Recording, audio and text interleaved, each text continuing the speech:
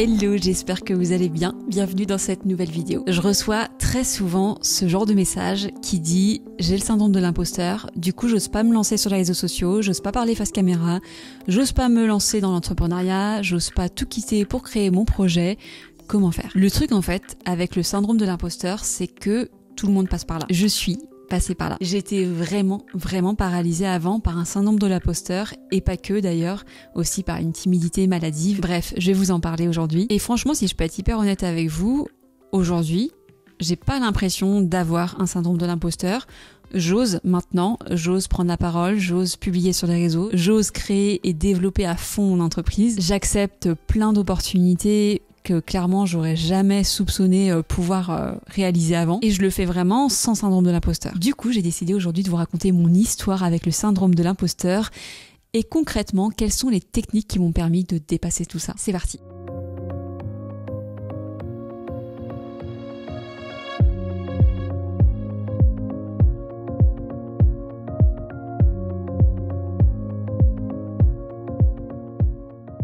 Commençons par le tout début, avant que je me lance sur les réseaux sociaux et avant que j'ose prendre la parole sur les réseaux. Pour être tout à fait honnête avec vous, et je pense que beaucoup le savent parce que c'est pas la première fois que je le dis sur les réseaux, mais avant j'étais très timide. J'étais vraiment cette petite fille qui passait son temps à écouter les autres. D'ailleurs, j'avais plein de copines, je pense, parce que justement, je savais écouter et les gens adorent raconter leur histoire, adorent parler. Donc quand on tombe sur une petite fille qui adore écouter, jackpot. Donc tant mieux pour moi, au moins j'étais très entourée. Par contre, c'est vrai que j'étais très discrète. J'étais celle qui parle peu, voire pas du tout. Celle qui ne prend jamais la parole en classe. Je manquais franchement de confiance en soi et même d'estime de soi. J'avais vraiment cette peur viscérale de me mettre en avant et même juste de prendre la parole. Il m'est même arrivé d'avoir des situations franchement difficiles où juste je n'osais pas dire bonjour. Donc je pense que certaines personnes ont dû croire que je n'étais pas polie alors que c'était juste de la timidité. C'est-à-dire que de juste dire bonjour pour moi c'était tellement difficile. J'avais vraiment peur de dire quoi que ce soit, de peur que ce soit mal interprété, de peur que ce soit jugé et surtout je manquais vraiment de confiance en moi en fait. C'était vraiment la base du problème. J'avais peur d'être ridicule, d'être jugée et de parler dans le vide. Ce qui est assez drôle, c'est que du coup j'avais un entourage qui complétait tout ça. J'étais vraiment entourée de personnes qui avaient énormément confiance en eux. En tout cas, ils n'hésitaient pas à parler, à prendre la parole, à se faire remarquer. Ils étaient énormément aimés aussi par les autres. Donc au final, j'ai été un peu protégée par ces personnes-là qui, elles, étaient hyper à l'aise finalement. Donc c'est hyper intéressant parce que je complétais en fait cette timidité avec des gens qui ne l'étaient pas du tout. Donc pendant un temps, ça ne m'a pas dérangé plus que ça d'être timide. Dans les cours, à l'école, c'est pas si gênant que ça. Finalement, t'es juste discrète, tu fais ton travail de ton côté, mais voilà, c'est pas non plus quelque chose d'extrêmement difficile. Mais une fois qu'on arrive dans la vie professionnelle, c'est plus compliqué forcément. Et surtout, ce qu'il faut comprendre, et ce que je voulais absolument vous partager, je voulais vous partager aussi ce message-là, c'est que ça, c'est quelque chose que je pense vous ignorez de moi parce que j'en ai jamais parlé, je pense, sur les réseaux sociaux.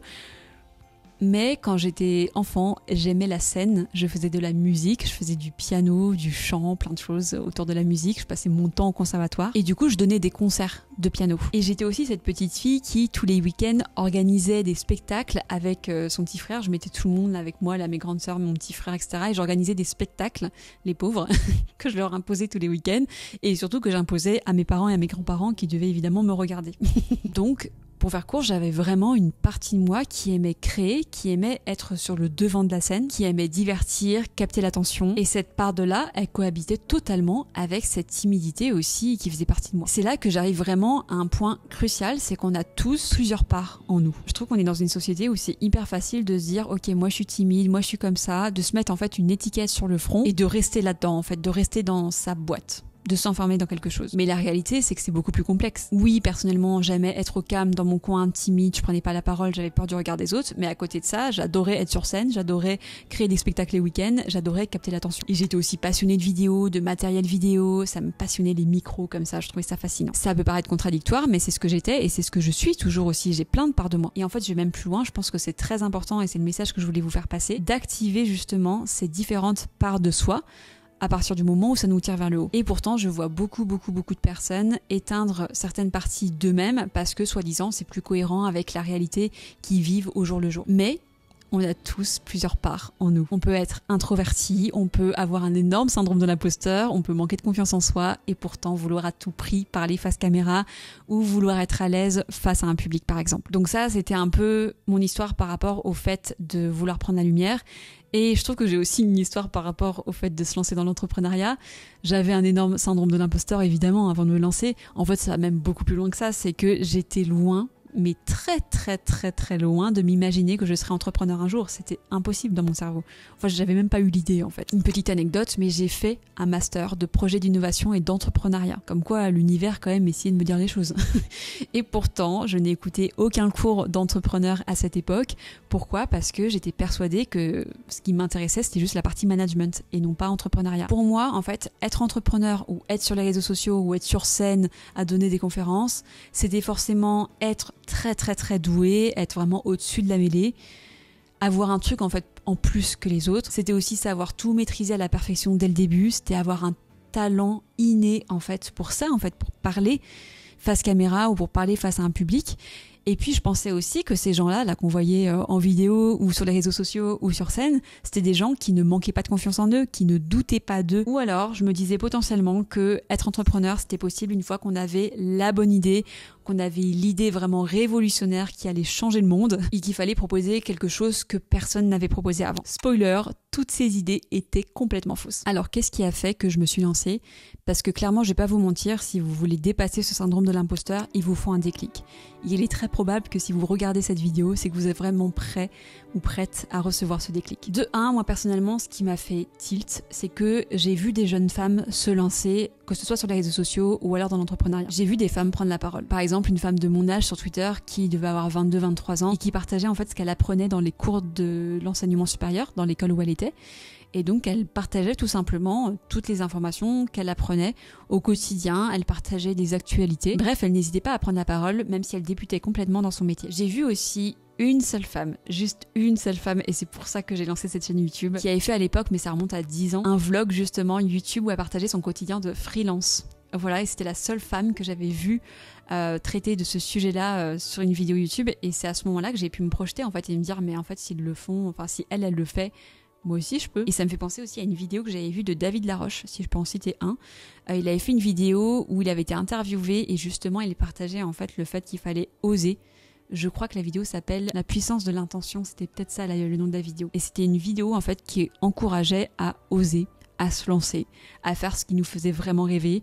Et le message était incroyable et tout simplement ça m'a permis d'avoir beaucoup plus confiance en moi, en plus de voir David Laroche qui devait avoir pareil, il devait avoir 23-24 ans, prendre la parole comme ça dans une vidéo pareille. Je me suis dit mais en fait si lui il en est arrivé à ça dans sa tête en termes de mentalité, pourquoi moi, je ne pourrais pas y arriver aussi vu que j'ai à peu près son âge.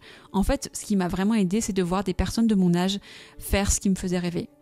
Et c'est aussi pour ça que je suis sur YouTube et que je vous partage tout ça, parce que je me dis, si je peux faire ce déclic-là à juste une seule personne, franchement, j'ai tout gagné. Ça valait le coup de faire tout ça.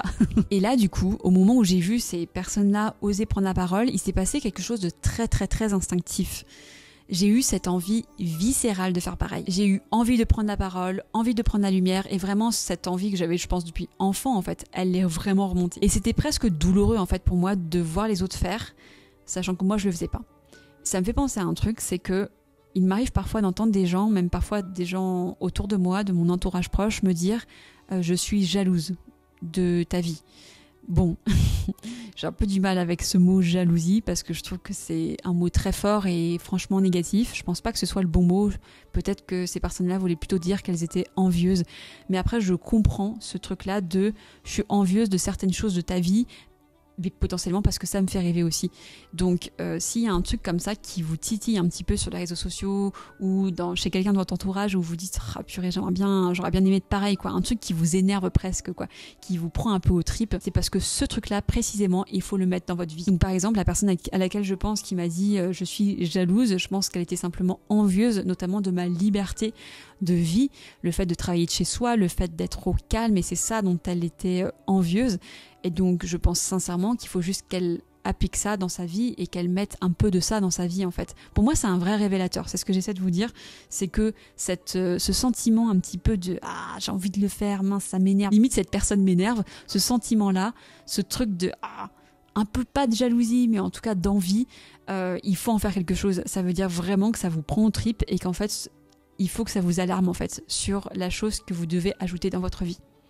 J'espère que je suis claire, mais c'est vraiment ce que je voulais vous partager aussi comme message aujourd'hui. Et en fait, j'ai eu vraiment cette sensation de ne pas avoir le choix de me lancer finalement, de voir tous ces gens se lancer, d'avoir ce truc viscéral là qui me prend aux tripes. Mais en fait, j'ai pas eu le choix, il fallait que je me lance. Et ce qui m'a aidé d'ailleurs à l'époque, ça a été aussi d'écrire noir sur blanc ce que je visais. Si vous avez un syndrome de l'imposteur assez fort, écrivez noir sur blanc ce que vous voulez concrètement. Et vous allez voir que ça va vous donner de la force. Et au-delà de vous donner de la force, c'est tellement puissant parce que tout ce que j'ai écrit dans ce livre noir sur blanc il y a 10 ans, ça s'est réalisé aujourd'hui. Donc c'est très très très puissant. Faites-le, prenez le temps d'écrire vraiment vos objectifs et vous allez voir que non seulement ça va vous aider à visualiser et donc à réaliser les choses, mais en plus ça va vous donner de la force à dépasser ce syndrome de l'imposteur. En fait, au moment de ce déclic-là, j'ai compris plusieurs choses. De 1, il faut oser parce que personne ne fera les choses à votre place. Il faut par exemple noter noir sur blanc ce qu'on veut parce que personne ne le fera à votre place. Et aussi que le syndrome de l'imposteur, en fait, il n'a pas vraiment lieu d'être. Parce que honnêtement, entre vous, qui pourrait vous dire non, toi franchement, tu n'as pas le droit de te lancer sur les réseaux sociaux. Non, franchement, tu n'es pas assez méritant pour prendre la parole sur scène, par exemple. Non, franchement, je pense pas que tu sois capable de te lancer dans l'entrepreneuriat. Est-ce que vous pensez vraiment que ceux qui se lancent dans l'entrepreneuriat, que ceux qui prennent la parole sur les réseaux sociaux, que ceux qui osent prendre la parole sur scène ont reçu une autorisation pour le faire? Absolument pas. Ils se sont donné l'autorisation eux-mêmes. Ils n'ont pas attendu en fait que quelqu'un leur dise que c'était le bon moment. Ils n'ont pas attendu que le feu passe au vert. Ils ont décidé eux-mêmes de régler le feu, ils l'ont mis au vert et ils sont passés. Donc ne pensez pas qu'il faut attendre que quelqu'un vous donne l'autorisation de vous lancer parce que personne ne le fera. Et si quelqu'un ose vous dire quoi que ce soit, franchement ne les écoutez pas. Donc n'attendez rien, juste prenez l'autorisation, prenez le pouvoir, faites-le. On a tous quelque chose à partager, ça j'en suis persuadée. Et surtout, ce n'est pas parce que quelqu'un prend la parole sur un sujet et qu'il en sait plus que nous sur un sujet que nous on n'a pas le droit de prendre la parole non plus. C'est pas un concours et surtout il y a de la place pour tout le monde. Par exemple sur les réseaux sociaux, tout le monde ne va pas voir la publication d'une personne, donc vaut mieux être un tas de personnes à parler du même sujet pour que tout simplement le message soit le plus entendu possible et soit le plus envoyé sur les fils d'actualité. Et j'ai aussi compris à ce moment-là, lors de ce déclic pour vraiment dépasser ce syndrome de l'imposteur, que chaque moment passé à attendre, à rêvasser, à ne pas agir, c'est une énorme perte de temps. Vraiment, ça a été l'un des plus gros déclics de ma vie, de réaliser que la vie est trop courte en fait et qu'on n'a pas le temps. Donc suite à ce gros déclic, je me suis lancée sur les réseaux sociaux, j'ai créé ma première vidéo YouTube, j'ai créé mon entreprise et j'ai commencé aussi à accepter toutes les opportunités qui venaient à moi, même celles qui me paraissaient improbables, notamment au vu de mon jeune âge. Et pour terminer, sachez que d'oser, vraiment de faire les premiers pas, ça a été extrêmement libérateur. Il y a vraiment quelque chose qui s'est passé en moi à ce moment-là, chimiquement, une différence vraiment que j'ai pu ressentir physiquement, comme si finalement tout s'alignait. C'était comme en fait une sorte de calme que j'ai commencé à ressentir en moi. C'était finalement la fin de cette frustration que je ressentais depuis des années de ne pas oser, quoi. Et franchement, je vous conseille à tous de vivre ça, de ressentir ce calme. Alors bon, bien sûr, il y a eu plein de défis que j'ai rencontrés à ce moment-là, il y a eu plein de périodes compliquées qui auraient pu vraiment me freiner et m'empêcher de dépasser ce syndrome de l'imposteur. J'ai décidé de vous raconter 4 petites histoires justement qui reflète un petit peu les difficultés que j'ai rencontrées et pour vous montrer aussi qu'en fait on peut tout dépasser. Déjà quand on commence à vouloir dépasser son syndrome de l'imposteur, on fait face à des jugements. Et ça c'est vraiment un gros point parce que la plupart du temps, si on ne dépasse pas ce syndrome de l'imposteur, c'est parce qu'on a peur du regard des autres. Et franchement, je vais pas vous mentir, je dois avoir 24-25 ans, je me lance dans l'entrepreneuriat, je donne des cours dans l'enseignement supérieur, je parle face à des gros publics, je commence à me lancer une chaîne YouTube, à être présente sur les réseaux sociaux. Forcément, on m'a jugée, hein. J'ai reçu plusieurs fois des paroles de gens qui me disaient, qui pensaient vraiment que je n'allais pas y arriver, que j'étais franchement trop jeune pour faire ce que je faisais, que je devais aussi plutôt rester salariée, bien sagement. Notamment au moment où je racontais mes objectifs, mes projets. J'ai eu plusieurs personnes qui avaient un ton un peu moqueur, clairement, et qui me disaient, tu sais, c'est pas si simple, c'est vraiment beaucoup trop dur. T'es pas obligé de faire ça maintenant, tu peux vraiment attendre un petit peu, travaille un peu pendant peut-être 10 ans en tant que salarié, histoire de faire tes preuves, et puis après, pourquoi pas, tu pourras te lancer. Au moment aussi où je me suis lancée dans l'entrepreneuriat, on m'a dit, de toute façon, toi, tu fais pas grand chose de tes journées, c'est sûr, t'es tout le temps chez toi, donc bon, j'imagine que tu fais pas grand chose. Ou plus subtil, j'ai eu droit aussi à, tu veux pas jeter un petit coup d'œil à cette offre de CDI?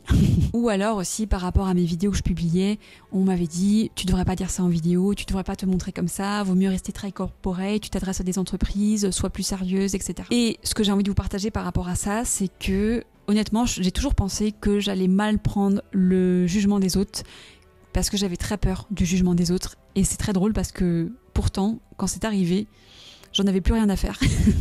J'étais tellement alignée, tellement à ma place, tellement motivée, c'est tellement le cœur qui a parlé en fait à ce moment-là que j'en avais rien à faire de ce qu'on pouvait dire de moi, j'en avais rien à faire de ce que pouvaient penser les autres. Et j'ai aussi surtout compris une chose fondamentale, et je l'ai compris à ce moment-là parce que justement j'avais le recul nécessaire. Quand j'entendais les gens en fait me dire des choses comme ça, j'ai juste compris en fait qu'elles voulaient simplement transmettre leur propre peur. C'était leur peur, pas les miennes. C'était leur regard sur les choses, leur regard sur le monde avec leur propre prisme. C'était pas le mien. Et en fait, quand j'ai compris ça, leurs paroles n'avaient plus aucun impact sur moi parce qu'elles n'avaient plus aucune valeur en fait. En fait, j'ai compris à ce moment-là la puissance de la parole. Et ça, c'est un gros message que je vais vous faire passer aussi. La parole, c'est un outil incroyablement puissant qu'on a tendance à négliger dans notre société actuelle. On parle tout le temps, tout le monde peut prendre la parole sur les réseaux sociaux, tout le monde a son mot à dire sur tout. Et en fait, on oublie que la parole peut être un moteur, oui, mais ça peut aussi être un poison. Un énorme poison. Ce qu'on se dit à soi-même et ce qu'on entend des autres peut avoir un énorme impact sur notre confiance en nous et sur nos actions. Et franchement, si je peux vous donner un conseil, c'est que j'ai compris un truc, c'est qu'on peut choisir en fait de se protéger de la parole des autres. On peut choisir quel mot va nous impacter ou non. Moi, ce qui m'aide vraiment, je sais pas si ça va vous aider aussi parce que c'est une technique hyper personnelle là que je vous partage, c'est de visualiser la parole comme un moteur ou comme un poison. Et donc, si par exemple, quelqu'un m'envoie un poison, eh bien je visualise littéralement une bulle autour de moi qui me protège en fait de ce poison et surtout, je n'hésite pas à renvoyer ce poison-là à l'envoyeur. Pas dans l'idée de lui dire des choses négatives pour l'attaquer personnellement, c'est pas ça du tout, c'est juste que moi dans ma tête, je visualise vraiment ces paroles qui glissent sur moi et que je renvoie à l'envoyeur. C'est une technique personnelle, mais honnêtement, ça peut vraiment marcher. Moi, ça a marché pour moi, donc si vous voulez tester, Un autre point aussi que je voulais aborder, c'est que forcément quand on prend la parole sur les réseaux sociaux, on fait face aussi au regard des autres et donc on fait face aussi de temps en temps à certains haters. En bref, plus on fait du bruit, plus on va faire face à des haters. Alors j'ai déjà fait face à des messages haineux et je parle pas de messages négatifs constructifs, je pense qu'on se comprend, là je parle vraiment de messages haineux qui n'ont aucun sens. J'ai conscience que parce que je suis une femme, je reçois plus que les hommes, ça c'est une réalité, vraiment sur internet, les femmes reçoivent beaucoup plus de messages haineux que les hommes. En général, même si on traite de sujets hyper professionnels comme je traite aujourd'hui, il y a toujours des gens qui vont trouver des choses à redire, c'est fou. Je vais pas m'étaler sur le sujet, mais c'est vraiment une réalité. Les femmes reçoivent beaucoup plus de messages haineux que les hommes.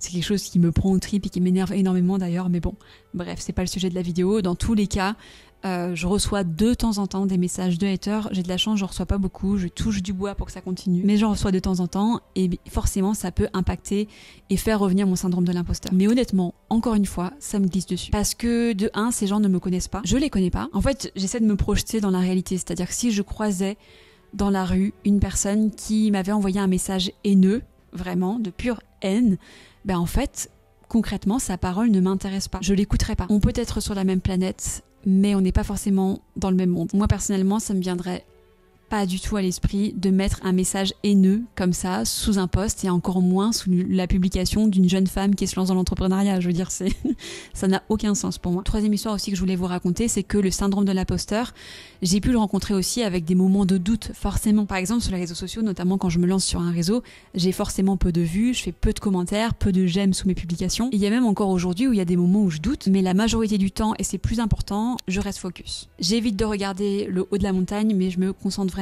sur toutes les petites marches à gravir. Et du coup, j'évite aussi de me gargariser de certains résultats que je peux obtenir sur mes publications. Ça va dans les deux sens.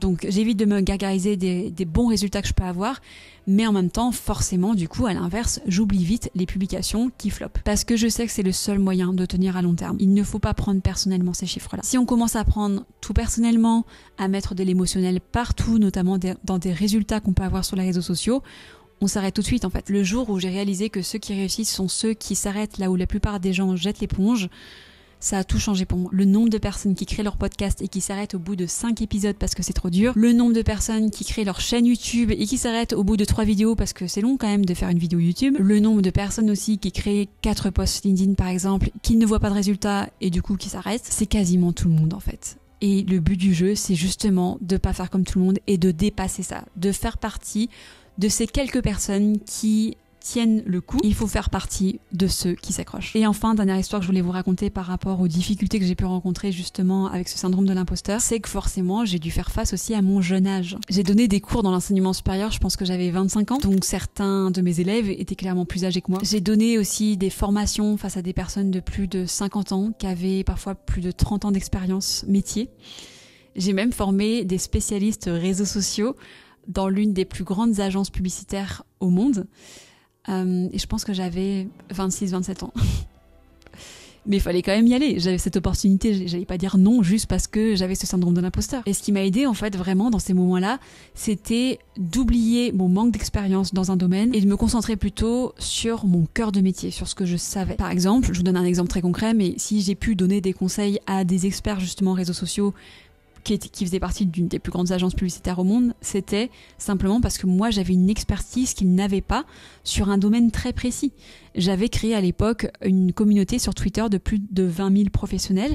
Ils voulaient en savoir plus là-dessus, ils voulaient se former à Twitter et savoir comment j'avais fait très concrètement, donc je pouvais les aider en fait tout simplement. Le syndrome de l'imposteur, il disparaît instantanément quand on réalise qu'on en sait plus que la personne en face de nous sur un sujet très précis. Peu importe le nombre d'années d'expérience, peu importe l'âge en fait, on s'en fiche. Alors qu'est-ce qui se passe quand on ose ? Sachez que le fait d'avoir osé pour moi il y a 8 ans fait qu'aujourd'hui je publie du contenu sur LinkedIn, sur Instagram, j'ai plus de 100 000 entrepreneurs et professionnels de la communication qui me suivent sur les réseaux, c'est juste un truc de dingue.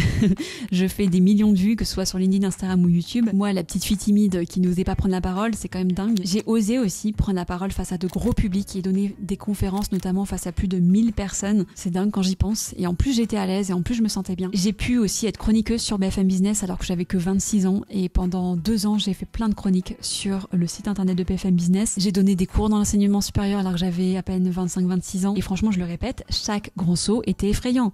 À chaque fois, mon syndrome de l'imposteur était quand même un petit peu là, mais c'est ok en fait, parce qu'à partir du moment où on se lance, plus on se lance, moins on ressent cette peur. Si je peux faire une moralité de l'histoire aussi, c'est que j'ai pas attendu que ce soit parfait. Jamais. J'ai fait beaucoup d'imperfections, que ce soit dans mes contenus ou sur scène, lors de conférences ou même dans mes chroniques. J'ai fait plein d'erreurs, forcément. J'ai pas attendu que ce soit parfait pour me lancer, sinon je me serais jamais lancée, en fait, vraiment. Donc, si vous avez un petit peu ce truc de toujours vouloir faire que les choses soient parfaites, arrêtez ça, déjà, de 1. Et surtout, gardez en tête que ce n'est pas nécessaire de faire les choses parfaitement pour avoir de l'impact. Gardez aussi en tête qu'il faut prendre le pouvoir, en fait. Il faut s'autoriser à prendre la parole, il faut s'autoriser à se lancer parce que personne ne va vous donner l'autorisation de le faire. Vous êtes libre, en fait, faites ce que vous voulez. N'attendez pas l'approbation des autres. Gardez en tête qu'à partir du moment où vous serez aligné, où vous réaliserez enfin ce que vous voulez faire, ce syndrome de l'imposteur, en fait, il va disparaître peu à peu, tout naturellement. Vous allez ressentir une sorte de légèreté, de liberté. Et franchement, juste de ressentir ça, ça vaut le coup de se lancer. Moi, ce que je garde aussi en tête, c'est que j'ai reçu plein de retours extrêmement positifs, finalement. J'avais trop peur de prendre la parole et au final, j'ai plein de recommandations clients tellement positifs. Merci beaucoup d'ailleurs à tous les élèves de mes formations LinkedIn et Instagram de me laisser tous ces avis positifs, mais vraiment, c'est incroyable pour moi. Ça m'encourage en fait et surtout, ça valide le fait que j'ai bien fait d'oser. Merci aussi à tous les commentaires que vous mettez sous mes publications.